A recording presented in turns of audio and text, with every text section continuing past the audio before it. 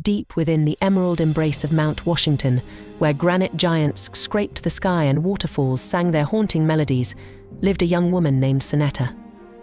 Her beauty was a legend whispered on the wind, a symphony of raven hair cascading down her back and eyes like pools of deepest sapphire. Yet, her true allure lay in her gentle spirit, a kindness that radiated like the morning sun. Suitors flocked to her family's lodge, nestled amidst the towering pines, each vying for her hand. But Suneta, with a wisdom that belied her youth, saw through their facades. None possessed the spark that ignited a flame within her soul. Her heart remained a tightly guarded fortress, waiting for the one who could truly claim it. One day, a shadow fell upon the lodge.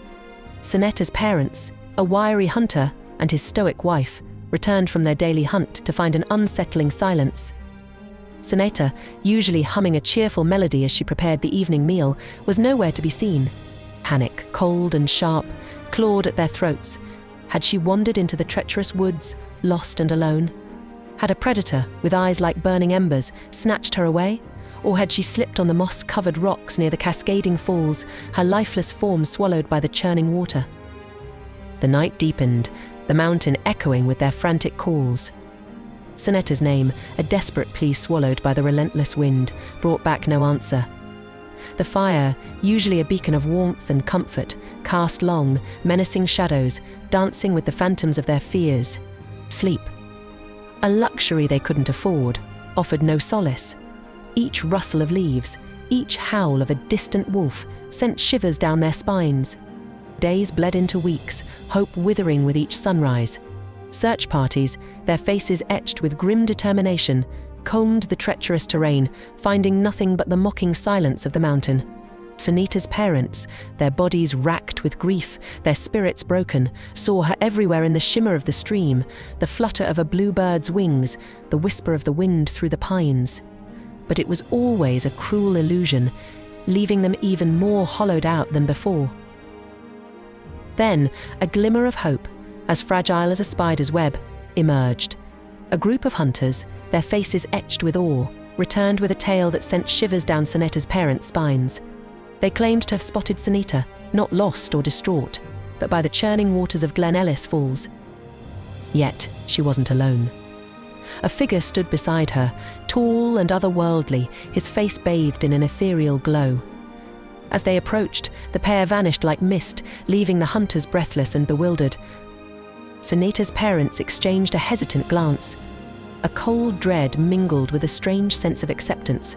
They knew, in their hearts, the truth Suneta had become the bride of a mountain spirit, one of the powerful entities that guarded their land.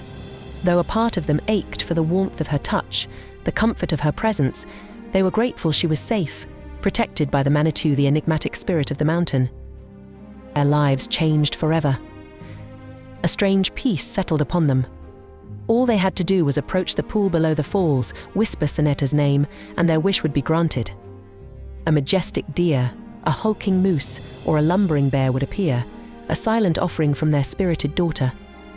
It was a testament to the mountain spirit's favor, a bond forged in loss and love.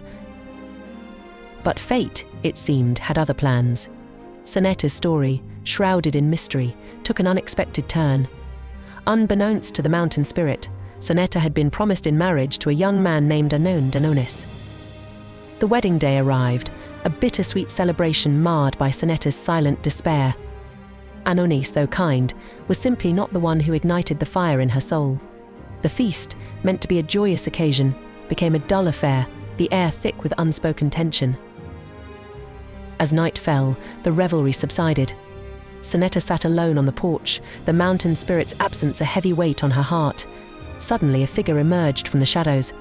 It was Anonis, his face etched with desperation. He confessed his love for her, a love that burned brighter than 1,000 bonfires. He pleaded with her to run away, to start a new life together. Suneta's heart hammered against her ribs. A storm brewed on the horizon, mirroring the turmoil within her. The mountain spirit, powerful and possessive, would surely unleash his wrath if she defied him. Yet, the thought of a life without Anonis, a life devoid of love, filled her with a suffocating dread. The wind howled, a banshee's wail echoing Suneta's inner conflict. The decision clawed at her, ripping her spirit in two.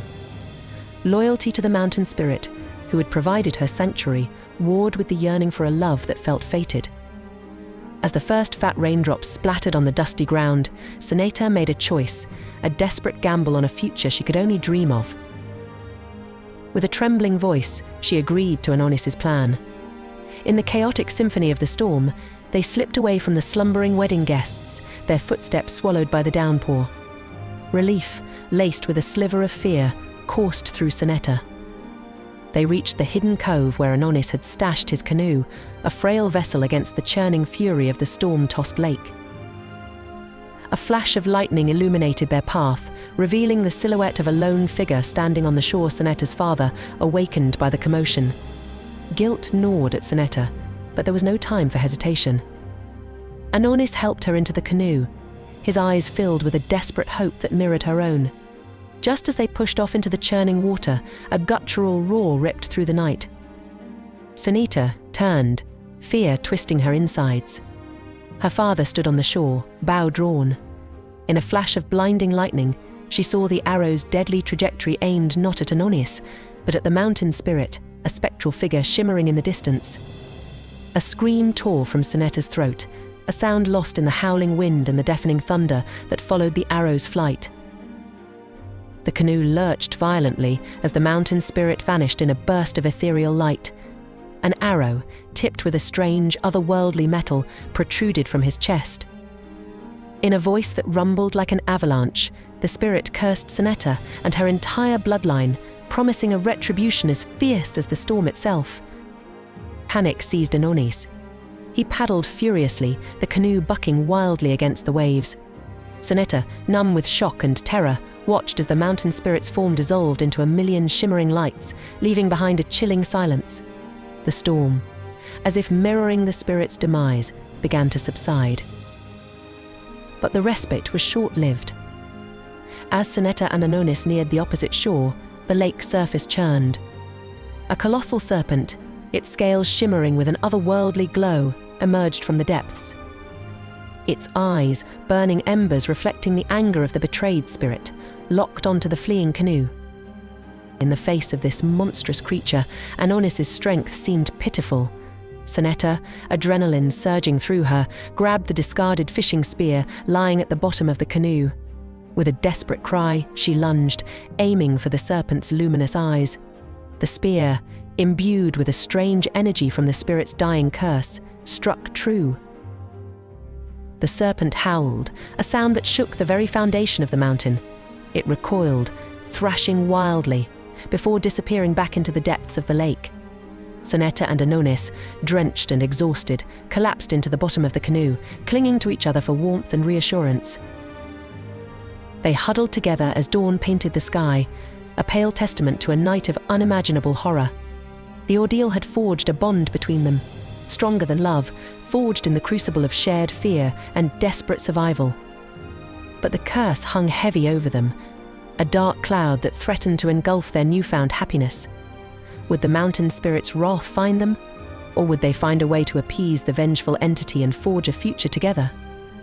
Their journey, it seemed, had just begun.